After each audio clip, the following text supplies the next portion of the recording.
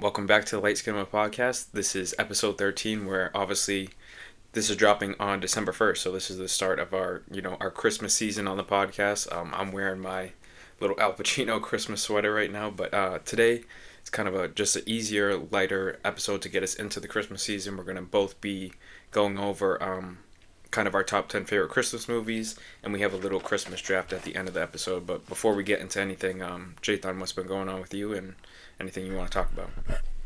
Um, just been trying to find time to squeeze some movies in. I mean, this is like crunch time. We're recording this November 15th. I have a presentation on Wednesday that I've been spending the last 36 hours preparing.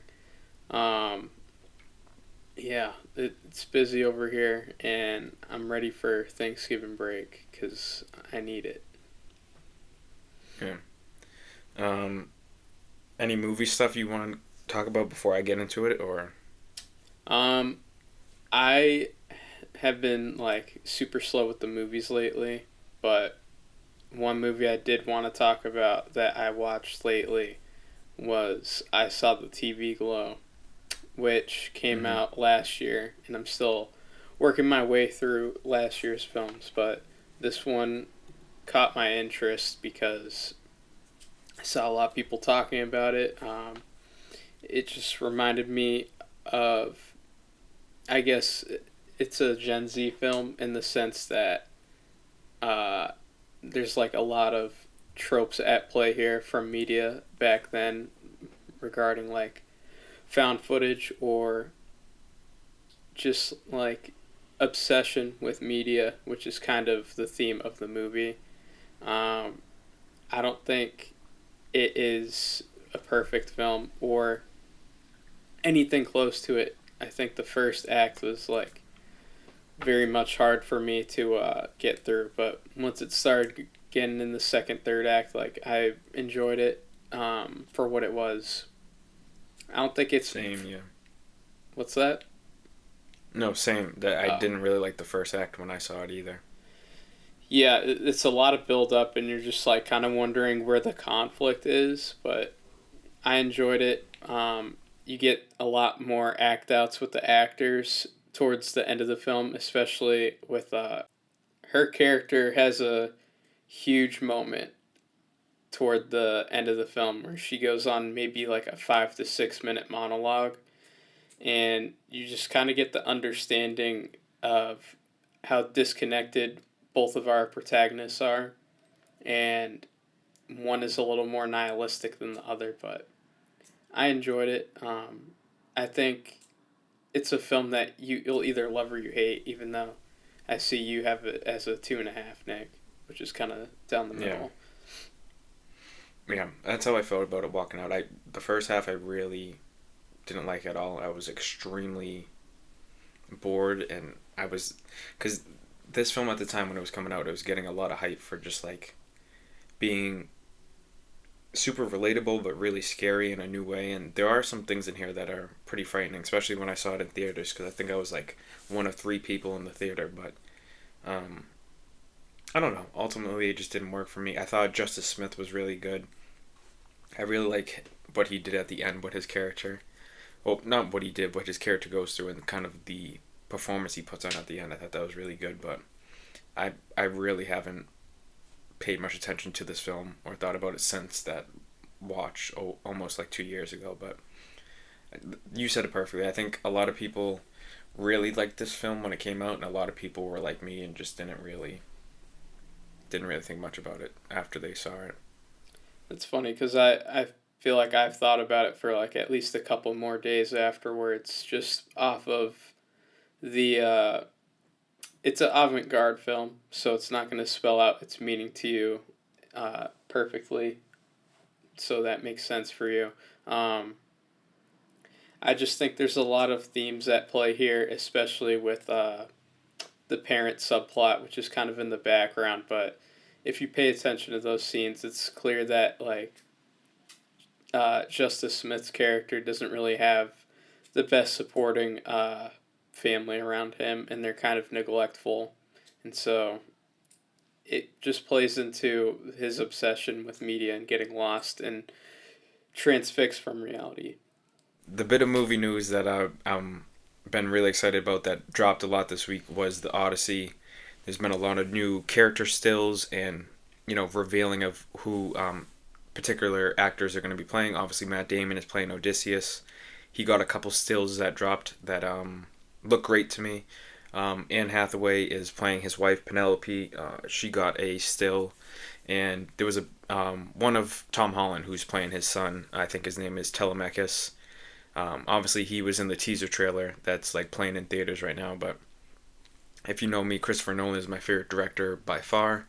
This is my most anticipated film um, for next year, and yeah, every bit of movie news about it or pictures, trailers, anything about it, I'm gonna be super excited and just counting down the days at this point. Honestly, for news, that's pretty much all I got. I wanted to go into some of my watches since the last time we talked, which I don't even remember. Uh, I think it was when I saw Bradley Cooper's new film, but since then I watched a lot of the Predator movies for the new one coming out. The new one I actually had a really good time with. I don't know if you caught any news of it, Jthon, on like Twitter or anything, but I feel like most people are enjoying it. I thought it was really good. The film just pretty much covers one particular predator, and there's not really human characters in it. So I thought it was a nice switch up on the franchise that I really liked. Um, then just the typical in theater stuff.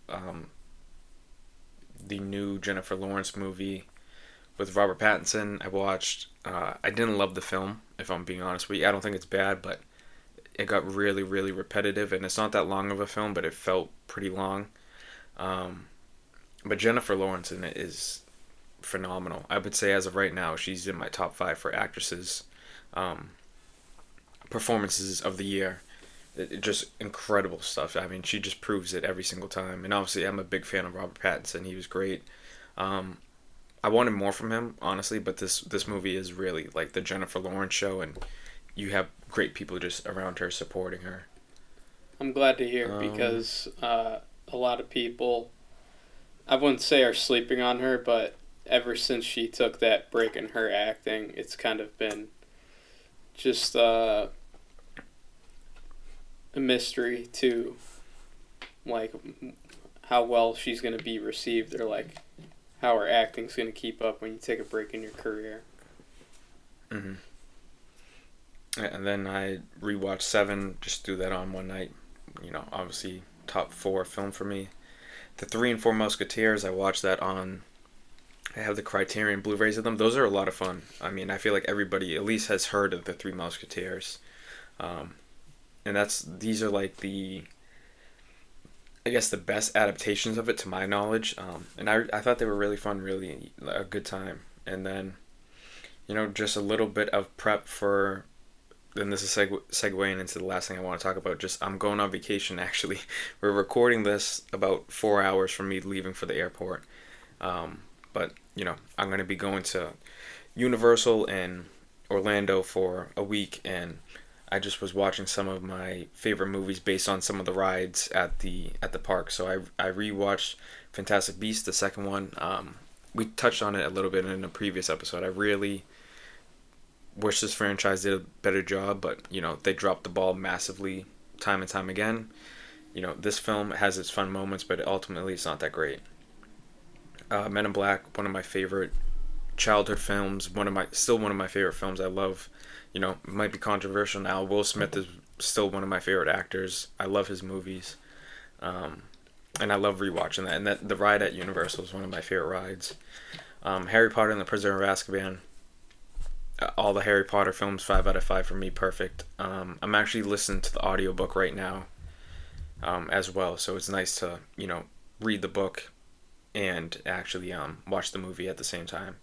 And then I watched The Wiz. First watch actually. This is obviously just a remake of The Wizard of Oz, but this one has a lot of absolute musical legends in it. You get Diana Ross, Michael Jackson plays the Scarecrow. You get Richard Pryor as Oz, like the Wiz. guy in the film, and it just takes place through New York, and it's the exact same story beats. I think it's almost the same runtime as the original film as well, but I had a good time with it. It was really fun, and I'm a big fan of Michael Jackson, so that was cool to see him act in a film when he was really, really young. And then I rewatched Wicked. The new one comes out at the time of recording this next week, but when we record on the podcast next, I'm sure I'll be talking about it. I like Wicked. I think it's really good. I think say what you want about the two actresses in the movie, they can sing.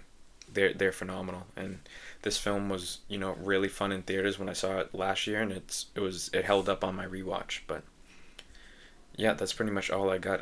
My movie watching is not gonna slow down on vacation. I actually have four screenings planned when I'm in Orlando of new films of this year. So I'm excited, and the movies are gonna keep rolling. Can't wait. All right. So, without further ado, shall we get into it? Mhm. Okay. Nick asked me to prepare a list of our top 10 Christmas films as Christmas approaches. And I realized that I haven't seen too many Christmas movies outside of the staples when I made this list. So mine might be a little more casual, but I think Nick, I got a lot of casuals, but I feel like there's some casual picks that I just haven't seen that are going to shock you. Like, one of them is Love Actually. Haven't seen it. I only saw that for the first time last year, so that's a British heavy movie too. So Okay. we get past as Americans.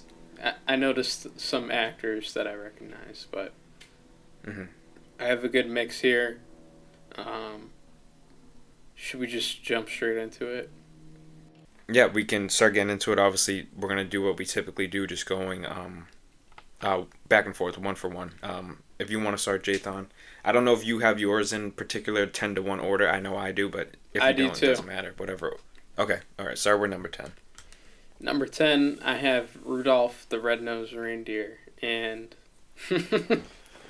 some shock from Nick there, but I just love the animation. I mean, I feel like everyone's seen Rudolph, so I'm not going to go on a tangent here, but I just get a really warm feeling every time I rewatch it. It's a touching story, underdog. Who doesn't love Rudolph? At least it's on the list. At least it's on the list. I can settle for that. I'll get into that film a little bit down the line. But number 10 for me, and honestly, I wish I could put this higher, but the other ones on this list, I'm too attached to. And before I actually get into it, I want to say Christmas movies are my bread and butter. Horror films, I know we did our top 10 horror films a few weeks ago for Halloween, obviously. And horror is a genre that I recently got into the last few years because I was always scared as a kid.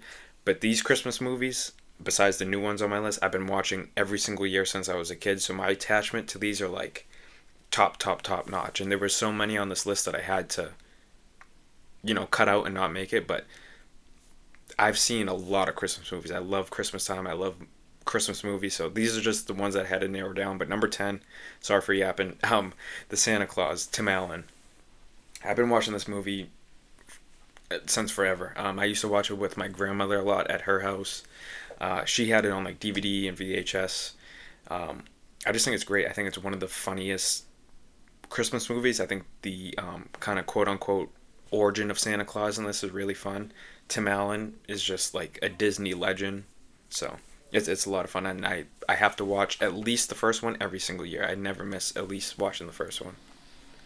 I've seen it, and I remember it fondly, but I don't know. I guess it just gets lost in the shuffle between all the other ones. Like, there's certain staples that I have on here that are untouchable. Like, I will watch Day of Christmas every year. But number 9, I don't really consider this a Christmas movie, but I thought it was worth mentioning, is Nightmare Before Christmas. And that counts. I personally don't. I think of it more as a Halloween movie, but I Then why just would you include it? because it's like, here's the thing. It's both a Halloween and a Christmas movie. Like, I feel like you can't really Yeah. say it's definitively one or the other, Neither do I. I give it to both. I love the animation here. The world building is great. Uh, Tim Burton just does what he does. That's it? All right. So number 9 for me is Santa Claus is Coming to Town. Um, as a kid, I watched this one a fair amount, but not too much.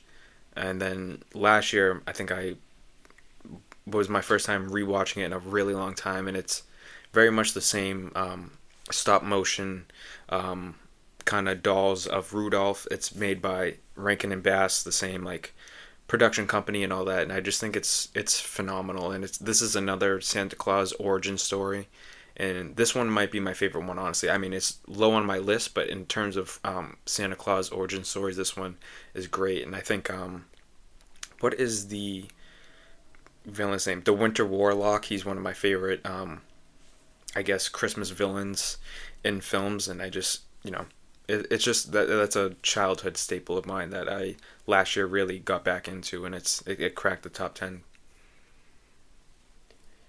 Number 8, I have National Lampoon's Christmas Vacation. Um, I think it is a turn off your brain type of movie. I love that it's just about this crazy ass family and their specific way of doing Christmas compared to everyone else. And I really enjoyed it. I didn't know that Chevy Chase was that big of an asshole until recently. And then that kind of soured my love for it, but I really enjoy this one. Chevy Chase, if you really want to look into it, it's pretty interesting how no one has wanted to work with him after they start working with him. Yeah, I'm not setting aside his like controversies and how he is as a person. I've never been a big fan of him as a comedic actor, if I'm being honest, but I get why people like him. My number 8, this is actually probably in terms of when I watched it and discovered it, the newest on my list is called Klaus. It's a Netflix original movie, to my knowledge. It's animated. This is another Santa Claus origin story. I discovered it for the first time last year. And I watched it, I think, December 1st of last year. And I liked it. I threw it on. I thought it was interesting. And then I actually rewatched it again on Christmas Day. And it's instantly, like I said, one of my all-time favorites now. It came out in 2019. There's a lot of great actors doing voice roles in this. Jason Schwartzman, who most notably is from like the Wes Anderson world, he plays the kind of elf in this, and I think he's really, really funny, really, really good. Klaus, who is obviously Santa Claus, is played by me and Jthon's one of our personal favorites, J.K. Simmons. He's really, really good. You get Rashida Jones, who I'm a big fan of. You get Joan Cusack, who's one of my favorite voices in the film world, most notably her voicing Jessie from Toy Story. But this film's so good. I know this holiday season, as soon as I'm done with vacation, I plan on doing my big December Christmas movies, and I know Klaus is going to be a movie I watch at least twice this year. It's really, really, really good. If you have Netflix, please watch it. It's worth it. It's a quick film too. Can you pull up my next film, the review, for me? Because I dropped a pretty scathing review on it. But over the time I've had between watching it, I've since warmed up to it, and that is It's a Wonderful Life. For some reason, like, I must have been in the mood when I watched it, but I was just like an absolute Grinch in my review. If you want to read that for me. Yeah, you said can't say this one aged too well, but def seen worse. I mean, that's not the most articulate review, but you gave it 3 stars on that review as well. I just keep thinking about this film, and it's just so charming and simple, and I think that's what pissed me off was how simple this movie was. It just I brought this up in I think the first episode, but like those Time Warner Classic movies that like they have a certain magic to them, and it's here. Mm-hmm.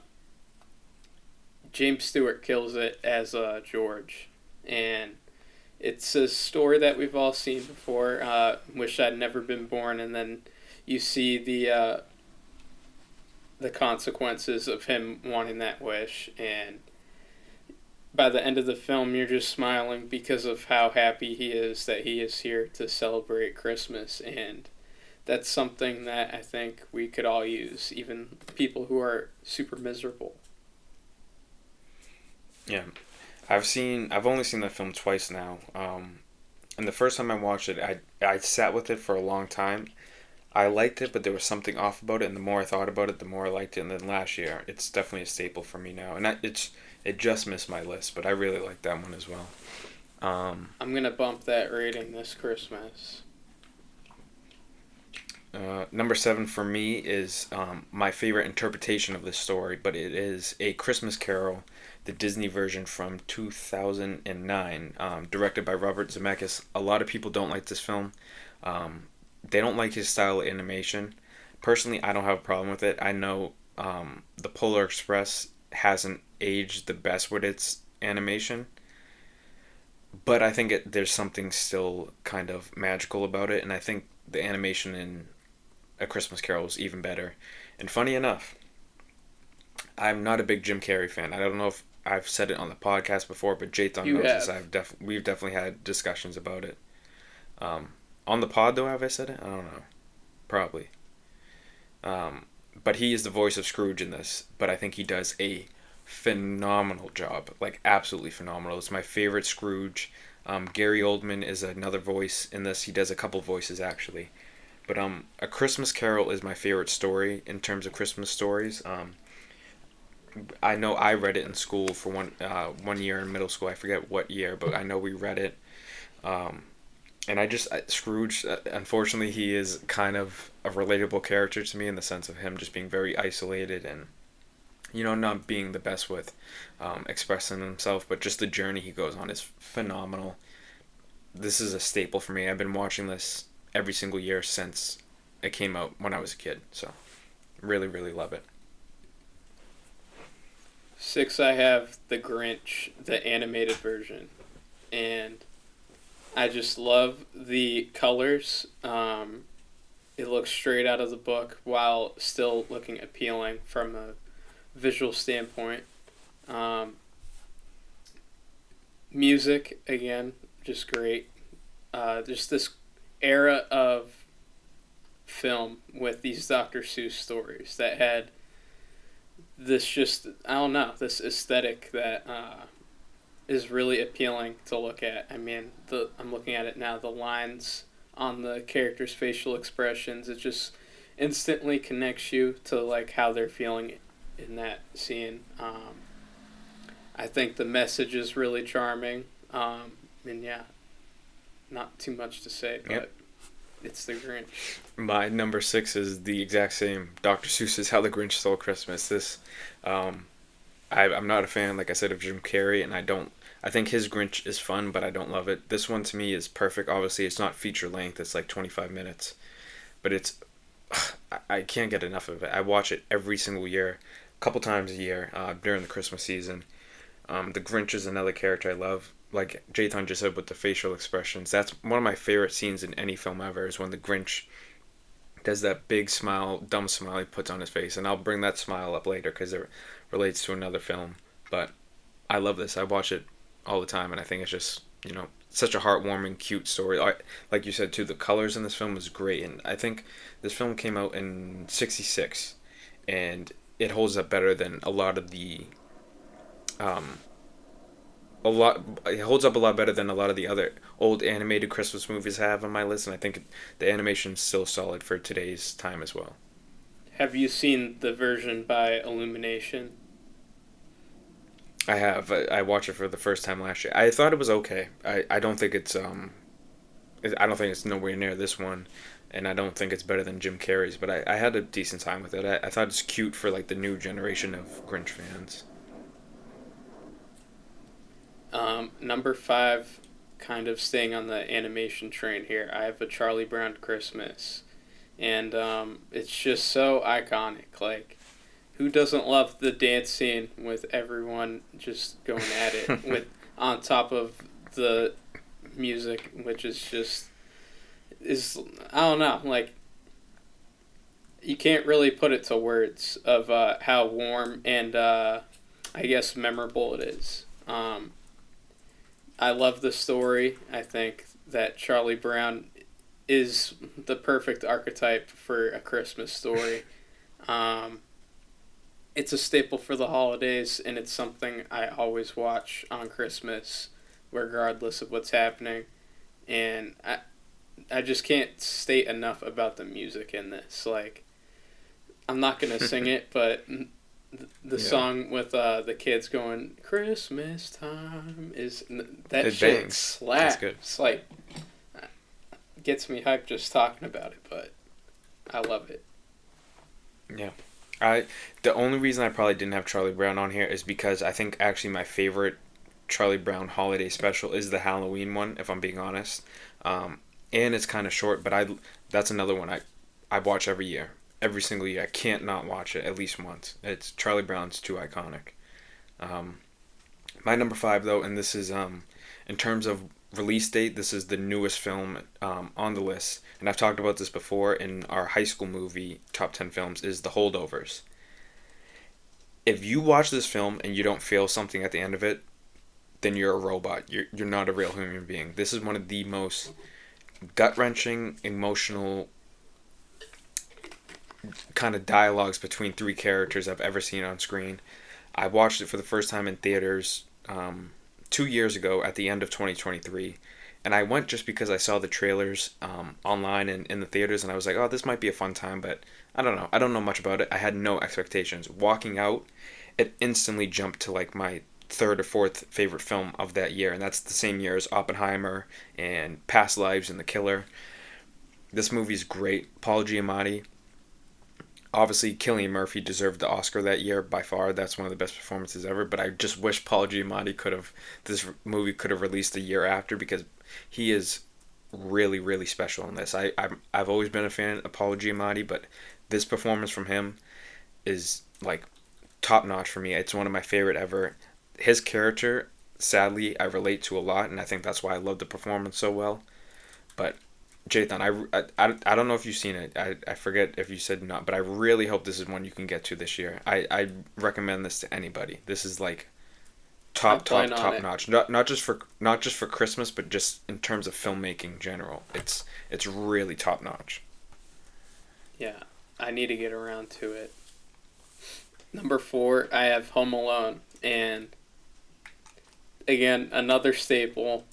We're starting to enter the territory with my list of like people's absolute favorites. Just very fun. The slapstick is awesome. It's just a very iconic story in cinema. I mean, Macaulay Culkin gives one of the best child actor performances here, and it defined his whole career. Um, Spawned multiple sequels. Just culturally iconic. Love this story. It's very relatable when I think back to like when I was a kid. Like, who didn't want to just have the house all to themselves when they were a kid? Like, that was just a very. I guess it was like a privilege. I guess when it happens, because it's very rare, at least when you're younger. But very fun.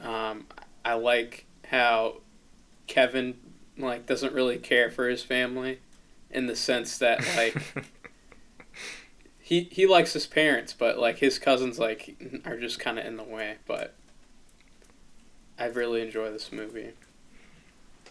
Yeah. My number four is the exact same movie, Home Alone from 1990. 5 out of 5, perfect for me. I've been watching this, as I said, with a lot of these films ever since I couldn't remember watching movies. Macaulay Culkin was one of my favorite actors as a kid growing up. It was like him, probably Shia LaBeouf, and I don't know, just them two, because they had a lot of child movies that I always loved their stuff. I think this is like this a great culmination of a lot of great actors, and then obviously Macaulay Culkin. This really put him on the scene. But like, you get Joe Pesci here. Obviously, in 1990, he did Goodfellas and this film. Those were kind of the biggest films of 1990, so he was just on top of the game. Catherine O'Hara, big fan of her. She's had a real big resurgence in her career in recent years as well, and I think she plays probably the best movie mom in any movie I've seen. Like she's just like, well, in terms she messed up for letting her kid not get on the flight with her, but just in her journey to try to get back to Kevin by Christmas time is great. And there's just these movies are so quotable. One of my favorites, I actually have it pulled up on my letterbox. I just want to say it is Kevin McAllister. Sorry, Kevin McAllister's brother Buzz, when he's like explaining to Kevin like why something, but he's like, no, for three reasons. A, I'm not that lucky. Two, we don't use smoke detectors, and D, we live on the most boring street in the United States of America. Like, Buzz is probably the dumbest, funniest character of all time. He's kind of like the human Patrick to me. Like he just spouts the most ridiculous shit, and he's just so dumb. But just the family dynamic of this movie is great, and this movie I've probably, no lie, seen lifetime count at least like 30 to 40. It's just it's absolute staple, not just for Christmas, but just for my movie watching history. Top three. Number three, I have Elf, and I personally think it's a little overrated, but it doesn't stop my enjoyment from the film. I think it's very poignant in the characters and the theming here. It's probably Will Ferrell's most loved performance as Buddy, who is just ridiculous. So many iconic scenes here. I mean, the writing is just very, very good. Has an excellent third act when Buddy runs away, and I just love the message here. And James Caan, I think, is very underrated in this as Walter, who is the butt of a lot of jokes in the film, but everyone's seen it, so I don't have to explain that. I before I get to mine, I really do love Elf, and it's really grown on me throughout the years. It didn't make my list, but it's by far one of the best Christmas movies. I don't care what you think about it. I think it's objectively just one of the best. I love James Caan in it, like you said. Peter Dinklage has a great scene when he comes in, and he's like the I'm pretty sure he's the manager of like the toy company that they're working for. He's great. Zooey Deschanel, she's really, really great in it.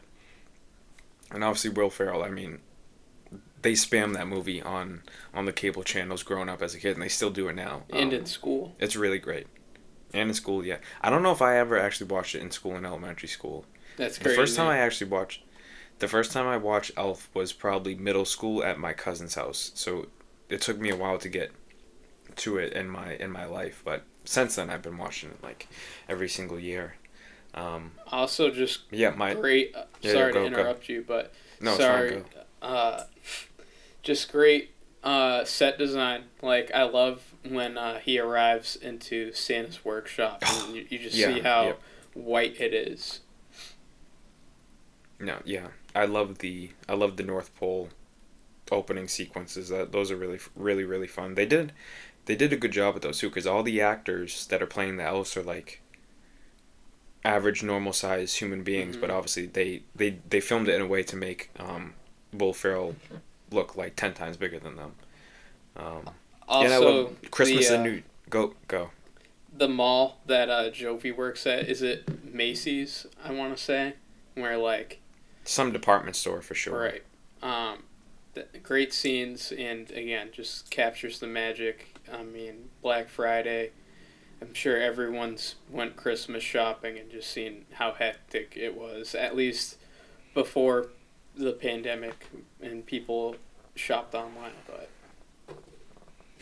yeah, I just love Christmas in New York too, and this is one of the best Christmas New York movies there are. But my number three, this Jthon already mentioned this film before, but Rudolph the Red-Nosed Reindeer.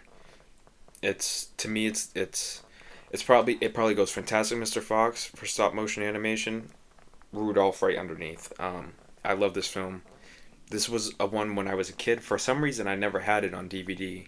But I remember when it would go on cable, and I would always make my dad record it so I could keep it for like the holiday season. It's just it's too iconic for me. And this Rudolph was actually I watched it a couple times throughout the Christmas season, but I always watch it on Christmas Eve. That's like my little movie tradition I always do with that particular film. Um, and like you said, the underdog story. I think that's why I really like Rudolph a lot. Like he's obviously he comes from I forget this is pretty bad since I love the film so much. I forget which famous reindeer his dad is, but obviously he comes from a strong line of reindeer, and he just obviously turned out to be one that wasn't quote unquote the most presentable. But I think it's great. I think I gotta get these characters' names because I look like an absolute There's a lot. idiot. Um, where the elf? What's the elf's name? I know who you're talking about. What Hermie. I should have known that. Hermie, the elf. I love him. I think he's hilarious. Obviously, Yukon Cornelius is that's one of the best character names ever. Um, Obviously, the Abominable Snowman's great. Sam the Snowman, he's the best narrator of all time. So shout out to Sam the Snowman, best narrator of all time. But I love this movie. I can't get enough of it. I'm pretty sure the narrator has done like a couple Christmas songs himself that get like played all the time. Yeah, he's a singer. It's Burl Ives. Yeah. Yeah, everyone's. Oh, he was actually in. He was in East of Eden with James Dean. I know we talked about that a little bit on our last podcast. Yeah.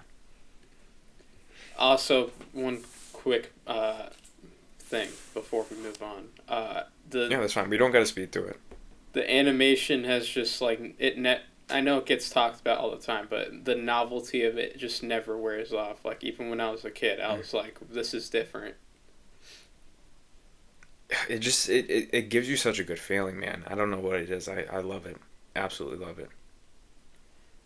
Number 2, I have A Christmas Story, and I just there's so many quotables here. I mean, I really did not get bothered by the runtime at all because every scene just felt like it topped the next. It's very relatable in the sense that like everyone has wanted that one present that they would like. Their life would be complete if they got, and so Ralphie getting the BB gun was a very great moment. Again, just so many moments here that are hilarious and iconic. The pole licking scene, I'm pretty sure this movie is the reason why I never even like attempted that. So thank you for that. Mm-hmm. Yeah, that movie it didn't make my personal list, but that's my dad's favorite Christmas movie, and I think that's the one he grew up with a lot. And like you said, super quotable, great performances. I forget what channel does it, which cable channel, but they play it all day on Christmas Day, and that's another little tradition in my house that we try to catch it at least once on that day. If you haven't seen it, it's just very, I wouldn't say slice of life, but it's very down to earth and small town kind of vibes. And if you like that kind of stuff, that is right up your alley. Mm-hmm. Yeah, when did it come out? 83. Oh, honestly, I thought it was a little bit older, but yeah, 83. It's great. That was a airplane movie for me, I think, this time last year when I was coming home for Christmas. Yeah, I was shocked you hadn't seen it before. I've seen it, but like in parts, so I wanted to give it that full watch.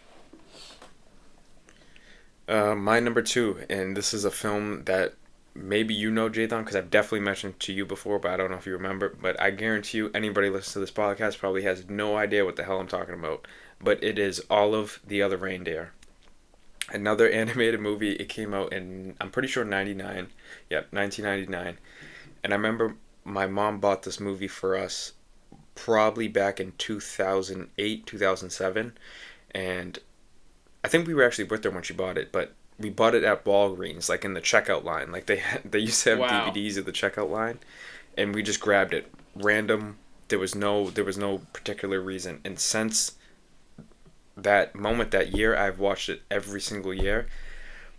I don't even know what company made this. The animation is not good. It's not good at all. The most known actor in this that is like voicing somebody is Drew Barrymore. She plays all of the main character, but this thing is perfect to me. It makes me laugh. I think a lot of the jokes in here, I don't know how they got it into a kids movie because a lot of them are like, that's what makes it really funny now. But it's great. It's 45 minutes, so it's technically feature length, but it's really short, really fun. You can watch it on YouTube for free, so if anybody's interested, it's really easy to find. And you can actually watch it on YouTube with the original commercials that it premiered with back in 1999. So if you want some nice nostalgic old commercials that we're all familiar with, that comes along with it too. But this is another film. Higher I'll than be watching it Rudolph. at least twice. Yeah, I definitely higher than, and I love Rudolph, but I have to give this and the only reason I don't give it honestly number one is because nobody knows it, and I can't really say that's my favorite Christmas movie because nobody knows it. But it's iconic. I watch it at least 2 times a year. It's another Christmas Eve movie I have to watch before I go to bed. It's just great stuff. Absolutely great stuff. My favorite Christmas movie is The Polar Express, and wow, like just a movie worth 1,000 words. Tom Hanks just absolutely delivers here. Kills it. I mean, he voices multiple characters here, but each one he's just a treat. The hot chocolate song is always playing in my head during Christmas. Um, I love the music. I love the lighting. The sense of mystery and surrealism surrounding the plot is just so captivating to me. I don't know why they decided to go that direction, but it is easily my favorite part of it. Just like it really immerses you into being a kid again and like being like, is Santa real? And you see that through the protagonist who's very skeptical of his existence, and that's kind of what drives the plot. But you just go on this massive journey, and I I love this thing to pieces. I mean, it again the surrealism and just like the ethereal nature of this movie just keeps me coming back. I mean, there's so many loose ends that you can stay up all night thinking about, like who the ghost on the train is, whether or not like Santa actually is real. It never gets solved. So I could keep going. I could probably get another podcast episode out of this movie, but I love this thing to pieces, and I watch it every Christmas Eve. And you mentioned a bed earlier, Nick, and this kind of like, it made me think of when you're a kid and like you're kind of scared to go to sleep because you are just so anxious for the next day and like whether Santa is gonna be there or not. So I just love the protagonist's journey throughout this because it's insanely relatable, at least as a boy. Yeah, you honestly just gave me goosebumps thinking about it. Before I move on to, I love Polar Express, and I think unfortunately, what the internet has done to it in the past like decade is makes the film get diminished. Not in my eyes, but I feel like in the public sphere, like everybody obviously makes fun of that kid, the the nosy nerd kid. Do you like trains? Oh, that kid. I love that scene. Hey you, yeah you. Hey, you know what kind of train this is? And then the poor girl that's like super sweet in the movie. She's like great. They fucking make fun of her and say she looks like Lamar Jackson. Like, it's just too much. But I will say, like I said earlier, I don't think the animation holds up as well as I remembered when I watched it last year. But like I said, I think there's something so magical about it. But the story is top notch. I think it's really, really good. There was actually, I don't know where it was, but there was a thing I used to go to as a kid. It was called the Polar Express Experience. I feel like I went on that too, dude. You probably did, because it's obviously it was big in the New England area. I don't remember where it was, but you remember it. It's a train ride, but they had like speakers, and they had like these If you've instead been of to windows. Universal, like you know those rides where you like hop in the cart and then like the Simpsons ride for example, like they have that screen that like kind of immerses you thinking like you're on the train. I feel like that was similar to the experience because if you remember in the film there's like certain sections that feel like that where it's almost an insert for those attractions. One in particular is like when they're on the train on the ice and they're like trying to cross the gap before the Hmm. whole lake like breaks up. But Yeah, and I was gonna say too. Yeah, it's like the Simpsons ride, but also if you've been to Universal and been on the Hogwarts Express train, it's exactly like that. Like it has the screen on the side that's not a real window, but it like has stuff that like showcases, and it's very similar to that. I don't remember. I gotta ask my mom where that was yeah, because I definitely went on it as a kid. It was a lot of fun. I have a very vague memory of it, but I do remember it being a part of my Christmas one year. Hmm. Um, yeah, I might have to because I don't own the Polar Express. I might have to throw that in the Amazon Oh, shopping cart and get that. that's like the oldest in my collection. Like I I've think I had used that. to have one, but I use the same copy every year. yeah. My number one though,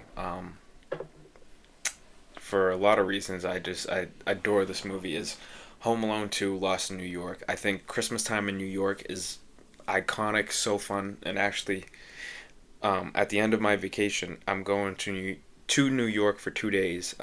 Like the 29th and 30th of November, and obviously the New York stuff is already in full swing.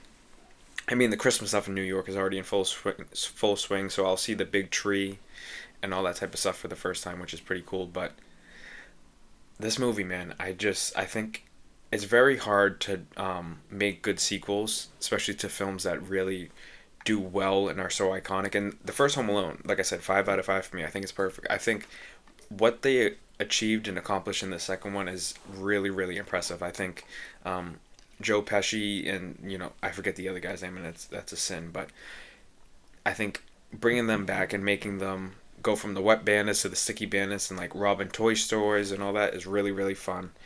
But what Kevin McAllister does in this film is every kid's dream. Obviously, he gets to stay home, and that's fun, and he gets to experience like ordering pizza by himself and like going to the store. But being in New York by yourself, being in a big penthouse hotel room like that, every kid has had that dream before, and I think they nailed it perfectly. Obviously, he gets like the limo, he gets his own pizzas when he wants. He goes to the toy store, he buys whatever he wants. Like I have that's that every kid's dream dream, right and then now. obviously, literally, um, and obviously, like I said, the New York setting is great. I love New York movies in general, but like the Elf movie um, encompasses Christmas time in New York perfectly, and I think Home Alone does that as well. And this movie is one, like I said, a lot of these I watch multiple times a year. I have to watch this at least twice. It's very, very special to me. This film I used to watch with my grandmother all the time, and I actually still have my original DVD copies of it. I don't use those anymore because I don't want to damage them or anything. I have it, and I have them on Blu-ray as well now. But for me, it's top notch. Nothing will beat Home Alone 2 for me in terms of Christmas movies. Well, yeah, that was our our top 10 list. Like I said, there's a lot of films that I had to cut, but that doesn't mean I actually want to mention some of them because I know people will be mad. Um, some I wanted to mention: White Christmas. I watched that for the first time last year. It's an older film. It's from the 50s. It's a musical. Great, really fun. If you've never seen it and you like musicals, please watch it. Tokyo Godfathers. It's a Japanese animated film. The same person that did the movie Perfect Blue. Same director behind that. Just a Christmas movie. It's really, really fun. It's really sad, but I love it. The Willy Wonka movies, particularly the original and the Timothy Chalamet one. I know they're technically not full Christmas movies, but I watch them in the Christmas season, and I love both. Um, the Muppet Christmas Carol, really great. Michael Caine's one of my favorites. Christmas with the Cranks. The first time I watched that movie was in high school. Um, I forget the teacher's name, and not that I would say the teacher's name anyway. If I can remember the teacher's name, I'll text you. But I watched it in her class. I don't have a list of honorable mentions, but I watched this film today, and it is always talked about in the conversation of Christmas movies, and that is Die Hard. And I do not consider this a Christmas movie, and that might rub some people the wrong way. You know, some people might never listen to us again after I said that, but it's my opinion, and I see what they mean by saying it's a Christmas movie, especially with that ending, but I thought it was really good. Um, it really made me realize, like, mid watch, that I've seen most of this movie through Watch Mojo on YouTube, of all places, but insane action sequences. I mean, this is like my kind of James Bond like type of film in the action. Oh, don't put James Bond in the same conversation. Pump the brakes. I knew I was treading on thin ice with that statement, but not even because I'm saying they're not as good, but they're not. James Bond is, it's too different. This guy is just like a normal guy that got thrown in this. It's definitely a guy's movie, but I love it. Great turn off your brain film and just like watch cool guys do cool things. I mean, very inspirational to a lot of films afterwards, especially in the action genre. And I don't know about you, dude, but I was thinking the whole time I was watching it, I'm like, what would Michael Mann's take on this film be? Because I feel like that That's kind so of genre is like right up his alley. That's really true. I never thought about that before. I like the movie a lot too. Actually, the first time I watched it, I didn't like it. But I rewatched it last year, and I really, really like it. Damn. That's like the biggest that could be a big what if. That is he would have knocked this movie out if Michael Mann did it. He would have absolutely knocked it out. That's a great. Damn. What's his name did an insane job with it. Like, don't get me wrong, great movie, but it just makes you think. R.I.P. Alan Rickman. That's my guy. He's great in the movie. His second best villain performance, though, his best is Severus Snape in the Harry Potter franchise. But he was great. Yeah, that's all. That's all I got for Christmas movies I wanted to mention. I think that's all Jthon's got as well. But we have a little fun draft that Jthon saw me coming up with this the list of stuff on the draft. But I'll explain it to him, and obviously it will be explained to you guys as well. I got this fully from another podcast I watch. It's called the Real Talk Podcast.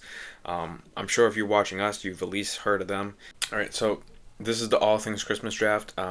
So we have 5 categories here, but it might seem simple, but it kind of gets more complex as we get into it, and I'll explain it to you guys and to Jthon as well. So the rules of this is we're going to go back and forth like how we do our normal drafts but obviously this is a film podcast. All these picks are going to come from Christmas movies. But the big caveat is, so I'll just do an example. Say I pick a Christmas movie. My favorite Christmas movie, as I just revealed, is Home Alone 2. If I pick Home Alone 2, that means you can't use any Home Alone stuff for the rest of the draft. So let's say I picked Home Alone for my favorite Christmas movie, and then Jthon, for his sidekick in the draft, say he picked Kevin McAllister. He can't do that because that is included in the Home Alone franchise world. And I'll do another example just to make it clear for Jthon and for you guys. Say for the location, Jthon picked the McAllister house from Home Alone. I couldn't later go, I want to do my sidekick being Kevin McAllister, because he already picked something from that world. If that makes sense, I hope it makes sense. I hope that's clear. But pretty much you can only pick one. Let me get this right. If I choose one franchise, let's say Home Alone, that like wipes it out for everyone. So you can't choose for everyone and for the other categories. Okay. Yeah. So say Jthon does his sidekick. Say he does Buddy the Elf. I can't go put as my location the North Pole from Elf. I can't do that because he already took it from that. So that's just, it's going to make it a little bit more complex and interesting. And as we go, we'll explain it and make it clear as we go. But and another rule is you can go to any category you want first. You don't have to go in order of how it's displayed here. You can go whichever way you want first. And the thing about this is you want to be strategic because you want to obviously make your team and situation the best. But also you got to remember, if you use Elf as your favorite movie, you can't use Buddy the Elf as your sidekick and stuff like that. So I hope that's clear, Jthon. I'll let you make the first pick in whatever category you want. So you get first decision. I'm going to go with villain, and I'm going to go with Harry and Marv. That's really good. So obviously Harry and Marv are from the Home Alone franchise. So that takes Home Alone off the board for everything. So I'm glad you gave me that's how that it's gonna pick, work. because I was really scared that you were going to take the first pick. But thank you. No, I wanted to give it to you. I'm going to go right to villain as well. Might as well knock it out. And I'm happy you took them because I actually have a different one. And it's actually one of my personal favorites. I didn't mention it in our movie list, though, is Jack Frost from the Santa Claus 3, played by Martin Short. I think he's really, really fun, really, really good performance. He sings, he's cunning, condescending. I think he's just really, really fun. I love that movie, The Santa Claus 3, and Jack Frost is one of the best character designs as well. I really, really love it. All right. For a Christmas movie, I'll just knock it out the way. I'll go with The Polar Express. Yep. So that takes away everything from The Polar Express as well. Okay, so here we go. I'm probably going to save Christmas movie because I can get something that I don't think you will pick, hopefully. For magic power, weapon / tool, I'm going to go Rudolph's nose from Rudolph the Red-Nosed Reindeer. Obviously, I think that's really, really iconic. Obviously, it's part of the Rudolph the Red-Nosed Reindeer song. And, I love that movie, and I can't pick it as my favorite movie in this list, but, I'm happy I got that for the magical power for this. Location, I'm going to go a little bit out of the box here, but I'm going to go with Christmas Past from, forget which specific instance it's from, but one of these Ebenezer Scrooge stories where he is taken to Christmas past, present, or future, and he is revealed to see things that he's forgotten about Christmas, and I just love that little plot detail.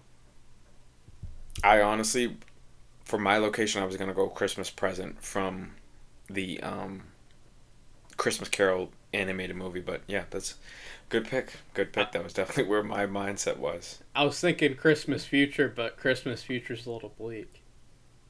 Yeah, at Futures, because it's just like he shows dead. him being dead. Yeah, it's not really that fun. What am I gonna go with next? And I'm looking at our list. I don't think we have any overlap. I think we're doing good with that. Sidekick. I might go sidekick. This is tough. I'm gonna go. Oh, let me make sure I get his name. It's gonna be from the movie Klaus I mentioned. Sorry, I'm just looking up on Letterboxd real quick. Jesper from Klaus. He's a really, really great character. He goes on a great character arc, and yeah, I just love the movie, and I'm sure if people watch the movie, they'll agree with me as well. I'm going to do sidekick as well, and I'm going to go with Linus from A Charlie Brown Christmas. I mean, Linus isn't really the most capable sidekick, but I think he's always going to have your back, and he is going to tag along and never leave your side. I'm trying to make sure I get his spelling right. I have it up. Yeah, okay. So, that's what yeah. I thought. Linus, right? Mm-hmm. Yeah. Is he Linus is the one that is like? Is he the one that kind of antagonizes Charlie Brown? Not the way that the girl does, but I feel like Linus kind of like He he rage doesn't baits Charlie a little antagonize. bit. Yeah, he rage baits him, but he's mostly his friend. He just has the blanket. Yeah. Oh yeah, yeah. For some reason, I thought Pigpen had the blanket No. or whatever his name is, the dirty little kid. um, I'll knock out Christmas movie. Not that you would pick this one, but I'm gonna go All of the Other Reindeer. It's my second favorite Christmas movie, and it just works for this draft because obviously you took Harry and Marv. You gotta pick your guys, so That's fine. You know. I don't I blame love you. All of the Other Reindeer. It's not like a bad pick. I absolutely love it. So you got Christmas power. I think you just got power, weapon, or tool left. I'm gonna go with the BB gun because I love what they. Or sorry, let me specify. Ralph's BB gun from A Christmas Story. I just love. Nobody picked any Christmas Story stuff before, right? No. Yeah. I love the gag at the end when I think he breaks it or he loses it, and like, it's like kind of the whole film built up to this moment, and it's like, what the F, like, but Yeah. it's iconic, and they say you're gonna shoot your eye out, and then he shoots his eye out with the glasses, and he has to get new glasses. That's what happened. Mm-hmm. And for my location, actually, it just came to me right now. I'm happy I actually got to pick this one.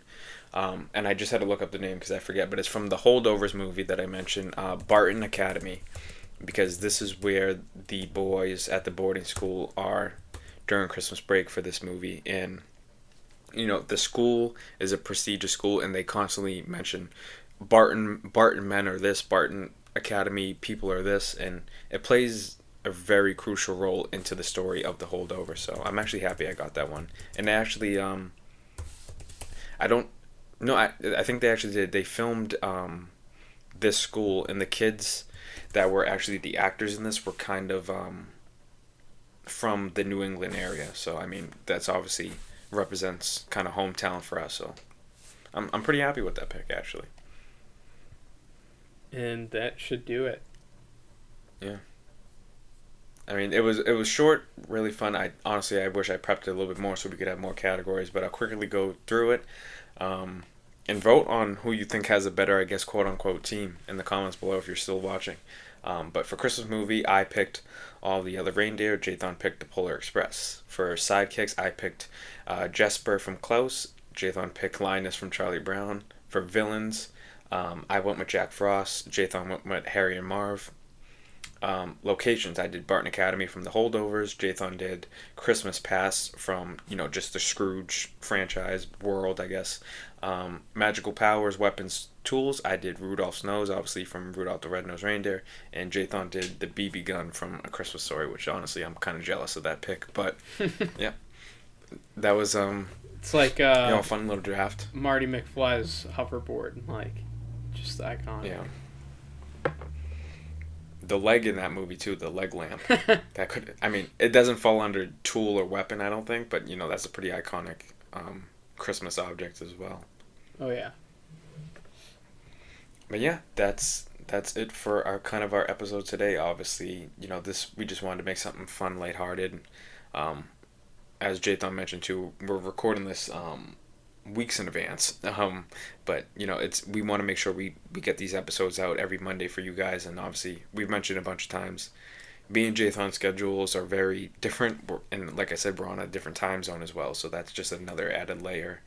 But this is kind of our passion. We love doing it, and I look forward to these hour and a half long podcasts we do. And for the rest of December, we at least plan on covering 2 Christmas movies, like our normal in-depth stuff, and then maybe we'll throw in a non-Christmas movie or a new release, whatever our schedule ends up being. We don't have it mapped out super specific now, but yeah, there's definitely going to be more holiday Christmas talking.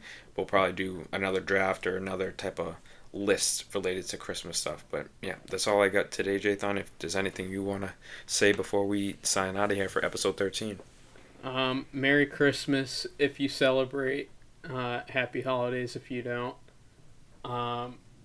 Let us know what you want in your stocking this year, and we'll have a great rest of your day. Yeah. Peace.